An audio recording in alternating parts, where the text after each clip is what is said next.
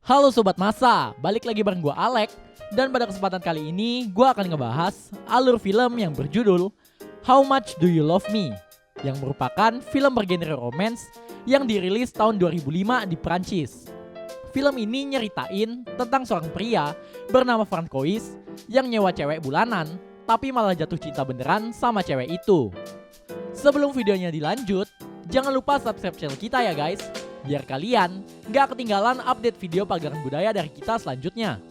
Langsung aja bareng gue Alek, selamat datang di Lini Masa.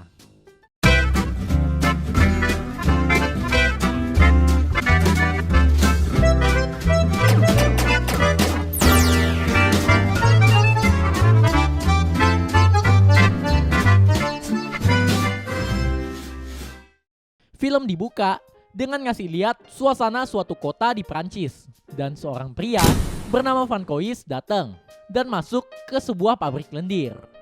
Di sana, angel yang paling cantik pun datang. Namanya adalah Daniela yang lagi-lagi diperanin sama Lord of Mamah Guri, yaitu Monica Bellucci. Francois pun speak iblis. Awalnya Daniela ngasih harga yang cukup terjangkau, tapi Francois cerita kalau dia baru aja menang lotre sekitar 4.500.000 euro. Daniela pun langsung gak saja bilang deal. Padahal penawarannya aja belum dilakuin. Tapi mereka pun deal buat nikah siri selama sebulan. Dan Daniela dibayar 100.000 euro. Si Daniela langsung pergi sama Francois pakai mobilnya buat ke apartemennya Francois. Pourrais me donner un petit acompte? Je t'invite au restaurant. Pas udah nyampe di sana pun, mereka mulai naik tangga. Tapi tiba-tiba, Francois dadanya sesek dan mesti duduk dulu. Daniela pun langsung manggil dokter buat ngobatin Francois. Tapi si dokter ini pun gak bisa kerja yang bener karena dia gugup sama Daniela yang cantik sama hotnya bukan main. Évidemment que je l'ai vu. Qu'est-ce qu'elle est en train de faire? Un bagage, une valise. Pas si dokter udah balik, Daniela pun mulai kelilingin apartemennya si Francois dan mulai kenalan formal sama si Francois. Tapi ya namanya juga tugasnya dia di sana untuk muasin, jadi dia pun ngelanjutin dengan ngegoda-goda si Francois. Dan bener aja, saking hotnya nih Mamah Guri, Francois yang kelihatannya cukup soft boy pun langsung jadi tegang. Dan setelah buka armor, mereka berdua pun langsung lakuin pagelaran budaya. Paginya, Francois bangun dan Daniela udah gak ada di sana. Ternyata Daniela nyiapin kopi buat Francois yang bakalan berangkat kerja. Karena status mereka sekarang nikah siri. Jadi Daniela nih bisa disebut juga istri dari Francois. Nah, sebagai istri yang baik, dia pun basa-basi nanyain ntar malam Francois mau makan apa. Tapi gak cuma itu aja. Dia pun juga ngasih susu ke Francois yang mau berangkat kerja biar bisa lebih semangat dan lebih energik. Tapi Francois imannya cukup kuat dan tetap niat buat berangkat kerja. Daniela pun kelihatannya cukup kecewa pas tahu Francois kerjanya kantoran. Ya mungkin pikirannya dia kerja kantoran kurang mainstream gitu. Tapi gak lama setelah itu kedengeran suara gedubrak dari luar yang ternyata si Francois jatuh lagi. Daniela pun ngebantu Francois buat masuk lagi ke kamarnya. Dia pun nelpon temennya yang adalah seorang dokter. Pas temennya datang pun tercengang banget sama Daniela yang malah pakai baju cosplay yang muantep parah rek. Si dokter pun bilang ke Francois kalau Daniela bakalan buruk buat kesehatannya. Karena setiap si otong keras, detak jantung bakalan ikut keras juga. Dimana itu adalah kelemahan Francois, yaitu daerah jantung. Dokter juga peringatin Daniela kalau jangan terlalu liar. Karena Francois itu rentan banget sama begituan. Tapi Daniela nganggep kalau dokternya itu terlalu gak percaya sama cintanya Daniela. Jadi Daniela pun ngedrama sampai dokternya jadi gak enak dan langsung pulang. Pas de copain du tout. Scene berpindah dengan ngasih lihat Daniela dan Francois yang mulai nikmatin waktu bareng-bareng. Dimana mereka berdua main di pantai dan gak lupa mereka pun ngelakuin pengejutan duniawi pas lagi hujan-hujan. Pas udah pulang, mereka pun ngundang si dokter buat makan malam di apart mereka. Di sana si dokter makin khawatir sama temennya yang bisa-bisa meninggal kalau jantungnya dipaksa genjot mulu. Dan sebelum pulang, dokter pun cerita kalau dia punya teman namanya Gisle yang sakit kanker. Dan dia mesti ngerawat karena cinta itu pengorbanan bukan piknik. Gitulah kira-kira. Infirmière. Une femme qui est dans mon service, pénible. Je demande un engagement total. Malamnya, si dokter ini ditelepon lagi sama Francois yang bilang kalau si Daniela sakit keracunan makanan. Dan sebelum berangkat, si dokter pun pamitan sama Gisle yang ternyata cuman batal doang. Pas sampai di sana, dokter pun siap-siap buat meriksa Daniela. Tiba-tiba ada suara rusuh di kamar yang ternyata dari si dokter yang gak kuat pas ngeliat badan mantepnya si Daniela. Singkat cerita, dokter ini pun meninggal. Dan pas di pemakaman, Francois nyariin Gisle yang setelah di-spill ternyata udah meninggal 5 tahun yang lalu dan cuman hidup di imajinasinya si dokter. Dan pas pulang dari pemakaman, si Daniela ngajak Francois buat ke Italia. Tapi setelah diteliti dan ditelaah, ternyata yang dimaksud adalah Italia. Daniela pun sukses bikin Francois gak sedih lagi. Sampai-sampai pas di kantor, si Francois ini senyum-senyum mulu. Dan teman-temannya yang tahu dia nolep pun sampai kebingungan. Francois pun niat pamer dengan nelpon Daniela. Tapi ternyata teleponnya gak nyambung. Akhirnya pas Francois and geng ke apartemen buat ngecek, Daniela udah gak di sana. Dan Francois seketika jadi sad boy dan nyuruh semua buat pulang biar dia bisa mengenang masa nolepnya lagi.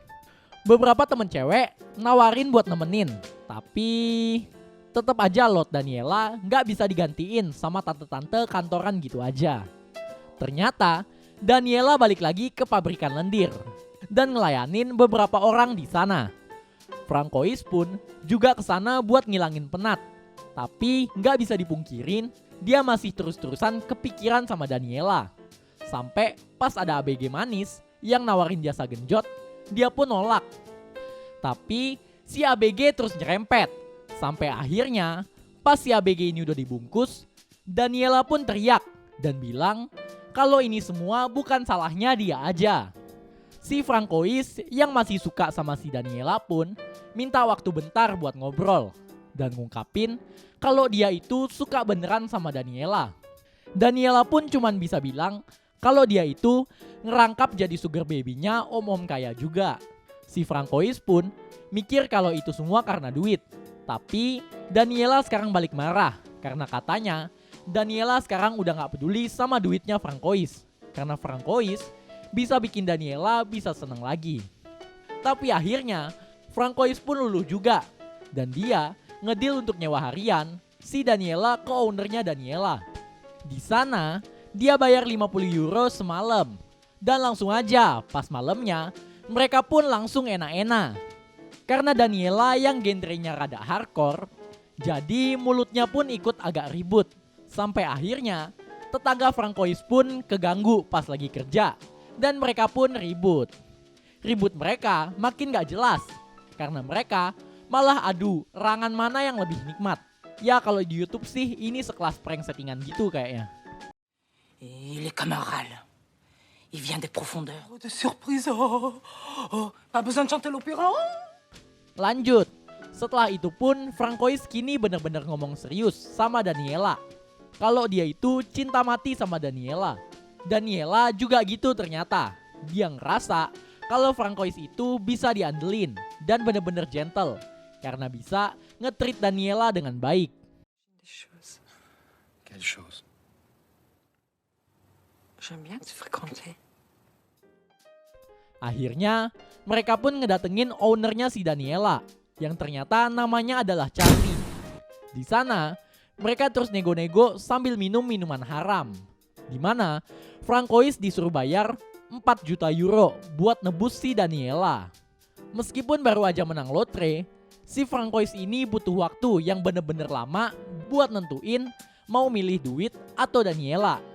Dan sampailah pada saat yang berbahagia, yaitu keputusan si Francois yang ternyata lebih milih ngekip duitnya dan ngerelain Daniela. Daniela pun pergi dengan kecewa banget. Lalu Charlie pun salam ke Francois dan ngakuin kalau Francois itu gentleman. Sedangkan Francois sekarang bener-bener sedih karena pem-pem kesayangannya dia udah resmi bakalan pergi dari hidupnya. Tapi ada tetangga. Daniela di mobil kelihatan pura-pura tenang, meskipun dalam hatinya rada kecewa karena sekarang mesti pisah sama Francois.